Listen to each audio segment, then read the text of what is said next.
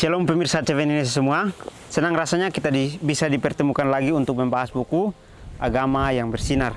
Di mana buku ini diambil dari tulisan Nyonya Ellen G. White. Buku ini ditulis dalam bahasa yang jelas, sederhana, dan indah. Sifatnya memberi petunjuk kepada orang yang mau belajar, pengharapan sejati bagi semua orang, kegembiraan kepada orang yang larut dalam kesedihan, dan kelegaan kepada yang letih. Buku ini juga menyuguhkan kepada kita suatu cara yang lebih baik, mengungkapkan kepada kita suatu kehidupan yang lebih sederhana dan lebih manis. Semua pembaca akan penuh dengan kegembiraan dan kesukaan, bersinar, menyinarkan kasihnya dimanapun kita berada. Jadi sangat menarik ya, buku ini diambil dari kutipan Nyonya Ellen G. White dan juga sudah ditulis dalam bahasa yang jelas, sederhana, dan indah. Jadi sifatnya itu untuk memberi petunjuk kepada kita yang rindu untuk belajar. Di mana pada saat kita belajar, maka kita akan memiliki satu pengharapan sejati yang datangnya dari Tuhan, sehingga kita boleh gembira pada saat kita berada dalam kesedihan, dan juga kita mendapatkan kelegaan pada saat kita merasa letih. Dan juga di sini dikatakan bahwa buku ini akan memberikan kita satu cara yang lebih baik, di mana kehidupan kita akan lebih sederhana dan lebih manis, di mana kita akan memiliki kegembiraan dan kesukaan serta bersinar, dan sinar itu kita bagikan dimanapun kita berada. Jadi sangat menarik untuk kita pelajari. Sebab itu kita masuk ke dalam pembahasan kita dengan judul Doktrin yang Tidak Sehat. Ayat ini terambil dalam 2 Tesalonika 2 ayat 11 dan 12. Dan itulah sebabnya Tuhan mendatangkan kesesatan atas mereka yang menyebabkan mereka percaya akan dusta, supaya dihukum semua orang yang tidak percaya akan kebenaran dan yang suka kejahatan. Mereka yang tidak mau menerima kebenaran Alkitab yang terang, jelas, dan tajam, senantiasa mencari cerita-cerita dongeng yang akan mendiamkan hati nurani. Semakin kurang rohani, penyangkalan diri, dan merendahkan doktrin-doktrin yang dikemukakan, semakin besar kesukaan yang dengan mana mereka diterima. Orang-orang ini merendahkan kuasa intelektual untuk memuaskan keinginan-keinginan daging mereka. Oleh karena kesombongan, mereka tidak perlu menyelidiki Alkitab dengan jiwa yang menyesal dan doa yang sungguh-sungguh memohon tuntunan-tuntunan ilahi. Mereka tidak mempunyai perisai untuk menangkis penipuan. Jadi pelajaran kita sangat menarik ya. Dikatakan bahwa doktrin yang tidak sehat atau kepercayaan yang memudar, sehingga kita menjalankan apa yang sudah dikemukakan, tetapi kita gunakan itu sebagai satu beban, sehingga kita memilih untuk kita gunakan sesuatu yang menurut kita baik. Di dalam ayat inti dikatakan bahwa, dan itulah sebabnya Tuhan mendatangkan kesesatan atas mereka yang menyebabkan mereka percaya akan dusta, supaya dihukum semua orang tidak percaya akan kebenaran dan yang suka kejahatan.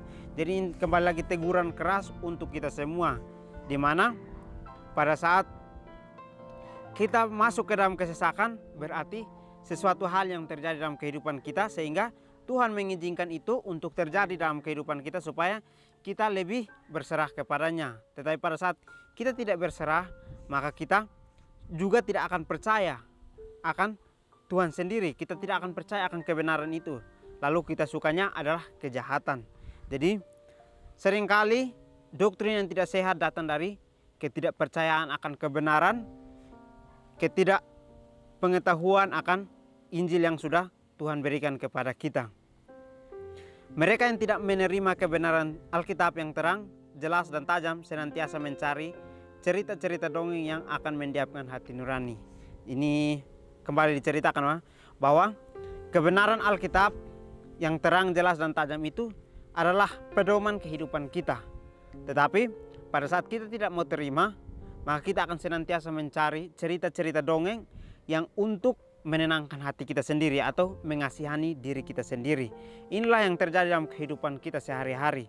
Seringkali mungkin kebenaran firman Tuhan selalu menegur kita terlalu tajam atau terlalu jelas dengan setiap tabiat atau karakter kita, maka kita akan menolaknya, sehingga kita mencari cerita dongeng untuk kita merasa bahwa hati kita tenang dengan cerita yang ada. Semakin kurang rohani, penyangkalan diri, dan merendahkan doktrin-doktrin yang dikemukakan, semakin besar kesukaan yang dengan mana mereka diterima. Jadi, pada saat kita sudah kurang akan rohani kita, maka rasa penyangkalan diri kita dan merendahkan diri kita atas doktrin-doktrin yang sudah dikemukakan itu mungkin tidak ada sama sekali. Karena kita sudah kurang akan rohani. Jadi semuanya akan menjadi hal yang sangat tidak wajar untuk kita ikuti. Tetapi ini adalah hal yang pantas untuk kita ikuti. Karena pada saat kita ditegur akan kerohanian kita, berarti kita sedang diuji untuk bertumbuh lagi akan iman kita. Semakin besar kesukaan yang dengan mana mereka diterima. Jadi orang yang mencari jalan untuk melakukan kesenangannya sendiri, maka dia akan menerima apa yang menjadi pilihan dia, yaitu kesesatan yang akan menjadi ujian kehidupannya. Jadi kembali lagi kita diajak bahwa kesesatan datang bukan karena Tuhan menginginkan kesesatan itu dalam kehidupan kita, tetapi Dia mengizinkan karena kita salah memilih akan apa yang kita ingin lakukan. Orang-orang ini merendahkan kuasa intelektual untuk memuaskan keinginan-keinginan daging mereka. Jadi ini adalah satu kalimat yang sangat penting. Orang yang ingin untuk memuaskan keinginannya, maka dia akan mengorbankan akan kuasa intelektual yang dia miliki. Atau dia tidak percaya kepada Tuhan demi memuaskan akan keinginannya. Oleh karena kesombongannya, mereka tidak perlu menyelidiki Alkitab dengan jiwa yang menyesal dan doa yang sungguh-sungguh memohon tuntunan ilahi. Mereka tidak mempunyai perisai untuk menangkis penipuan. Jadi sangat menarik ya. Orang yang sombong berarti orang tidak perlu akan kebenaran Alkitab itu. Tetapi orang yang tidak sombong lalu dia mau untuk kenal Tuhan, berarti dia perlu untuk menyelidiki Alkitab dengan jiwa yang menyesal dan doa yang sungguh-sungguh untuk memohon tuntunan ilahi itu datang kepada kehidupannya. Sehingga pada saat tuntunan itu datang, dia memiliki satu perisai, di mana perisai itu akan menangkis segala penipuan yang datang, segala cobaan, segala ujian yang datang dalam kehidupannya, dia bisa untuk menangkis semuanya. Setan siap sedia memenuhi keinginan-keinginan hati dan menyembuhkan penipuannya itu di tempat kebenaran. Demikianlah cara kepausan mendapat kesukaannya atas pikiran-pikiran manusia. Dan oleh penolakan kebenaran, sebab kebenaran itu melibatkan salib, maka Protestan pun menuruti jalan yang sama. Semua yang melalaikan firman Tuhan, mempelajari kenyamanan dan politik agar mereka tidak mempunyai perbedaan dengan dunia ini, akan dibiarkan menerima bidat atau ajaran yang sesat yang terkutuk gantinya kebenaran agama.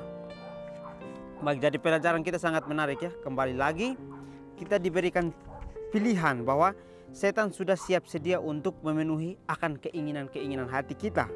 Jadi dia akan menyembunyikan penipuannya di tempat kebenaran, atau dia sudah merubah akan palsu itu sehingga bisa menjadi hampir asli, sehingga kita tidak bisa melihat mana yang asli dan mana yang hampir asli itu, karena dia akan menggunakan cara muslihatnya untuk membuat kita untuk mengikuti keinginan-keinginan hati kita. Tetapi kita akan bisa untuk memilih Tuhan pada saat kita terus bersandar kepadanya, memohon akan tuntunan ilahinya, sehingga hikmat dia akan berikan kepada kita, sehingga pada saat setan datang menggonjang kita, maka kita akan bisa bertahan dengan perisai yang sudah Tuhan berikan itu.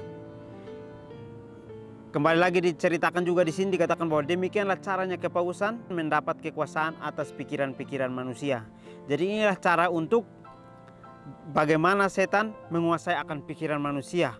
Dia menggunakan sesuatu keinginan hati kita untuk menempatkan sesuatu yang kita rasa itu kebenaran, yang dia menipu kita untuk kita bisa ikuti dia, tetapi penipuannya itu dia tempatkan di sisi kebenaran, supaya kita kembali lagi berpikir bahwa ini adalah hal yang benar yang harus saya ikuti.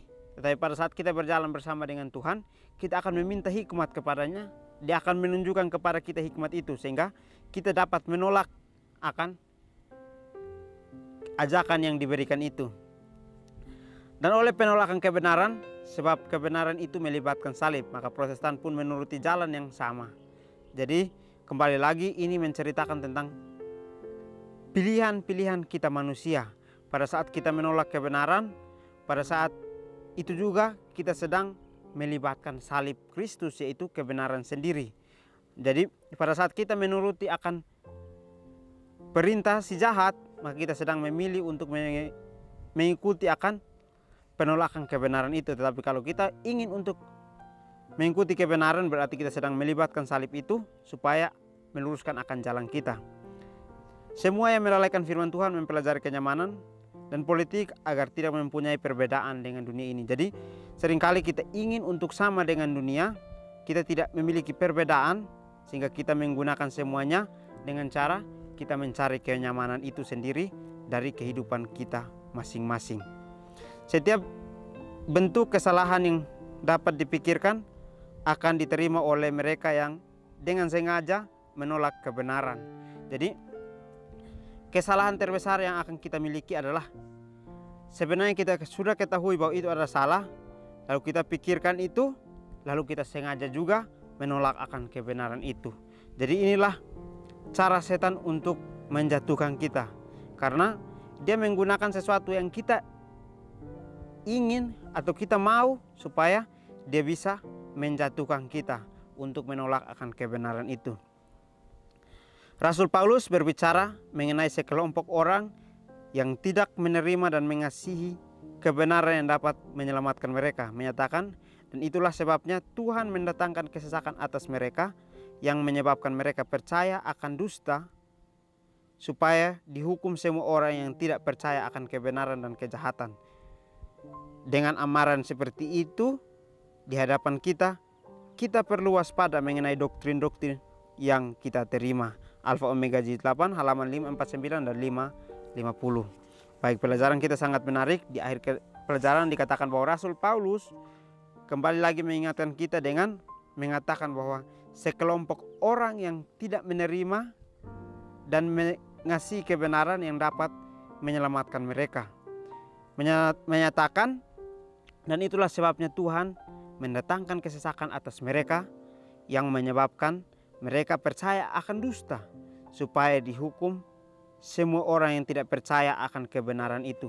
Jadi pada saat kita percaya kepada dusta, berarti kita merasa bahwa kita bersalah, sehingga kita kembali untuk mencari akan pengampunan itu. Sebab itu kita akan kembali kepada Tuhan dan kita akan percaya akan kebenaran. Tetapi orang yang tidak percaya akan dusta, berarti dia sedang tidak percaya akan kebenaran itu, sehingga dia akan terus mencari jalan untuk memiliki satu kesenangan yang dia buat dalam kehidupannya sendiri. Jadi dengan ini kita kembali lagi diingatkan bahwa kita harus waspada mengenai doktrin-doktrin yang kita terima. Jadi semua doktrin yang datang akan kita terima, tetapi kita harus saring mana yang kita harus ikuti dan mana yang kita tidak boleh ikuti. Jadi doktrin yang tidak sehat adalah pada saat kita tidak percaya kepada Tuhan, pada saat kita tidak ikuti kebenarannya. Ini adalah doktrin yang tidak sehat. Tetapi doktrin yang sehat adalah pada saat kita mendengarkan ini, kita mengikuti akan kebenaran, lalu kita menjauhi akan kejahatan. Mungkin ini saja pelajaran yang dapat saya bahas. Kiranya kita bertemu lagi di pertemuan selanjutnya. Kiranya Tuhan Yesus memberkati kita semua.